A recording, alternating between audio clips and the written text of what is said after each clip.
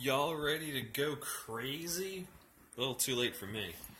I done messed around with my magician's table again. Now,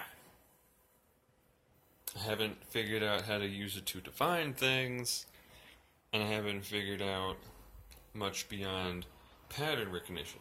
But if I am correct, what I have found is a way to access different parts of your mind with this pattern.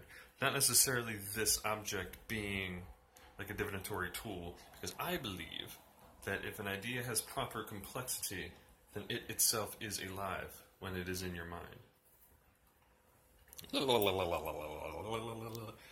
So, tumbling down the rabbit hole, I think I should call it the Victorious Emperor or the Sculptor Table.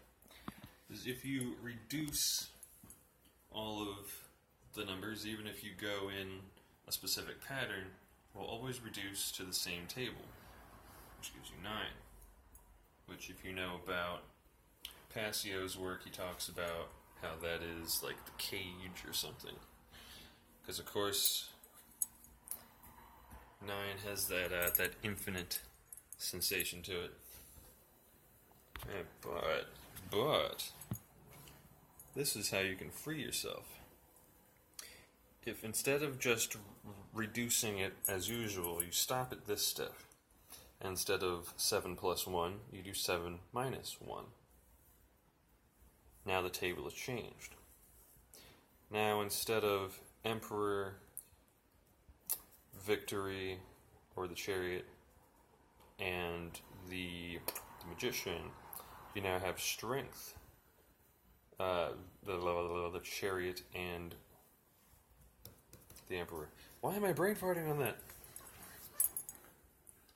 See what I'm saying? Same thing as with if you do 6 minus 1. You will get a different reduction. And you can meet key 5. Both of these are cool because their full reduction is 1.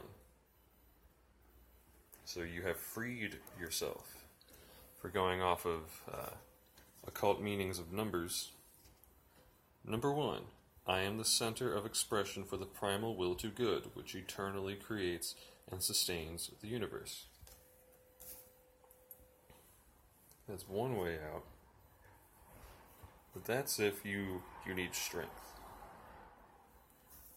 You can use this pattern instead. If we do 8 minus 4 right there, you can reduce down here and meet the High Priestess. If you do the blue parts, 9 minus 7, you can reduce down to 7, but you will meet the Hierophant along the way. But if you want to actually cross the line, go diagonal, pull some real magic, and you have a transmutation table. Emperor, Magician, as 1, manifesting in reality. For what is 3? Filled with understanding of its perfect law, I am guided moment by moment along the path of liberation. So, in short, I found out how to be a victorious magician or something, if we're using those codes. What's key 3 again? That would be the Empress. And so this would be how you actually impregnate your subconscious with an idea. So, alright. But if you don't do anything, then you'll go to 9, which, honestly, looking at like the suit of swords, 9 of swords is a very good card. 10, not so much. So I guess the wisdom here is to know when to do nothing, to just let it reduce down to 9. What's 9? In thought and word and deed I rest my life from day to day upon the sure foundation of eternal being. And this is important because if you add that 1 more, then you go up 10, you actually just reduce back down to 1. Which, the kingdom of spirit is embodied in my flesh. You would just go back to the bottom, you'd go back to earth. I guess that's why they say full 9. It's technically the highest mark if we're using a continual loop. Once you hit 10, it just goes back to 1. But anyway, there's also some other interesting ways of looking at it.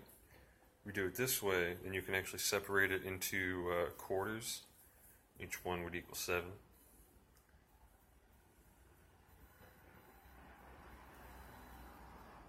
This way. I actually haven't tried that one that way, but yeah. I definitely want some input on this. It's got all sorts of weird patterns in it. And I definitely want to hear from you sweet people. So until next time, what's a smoke weed every day.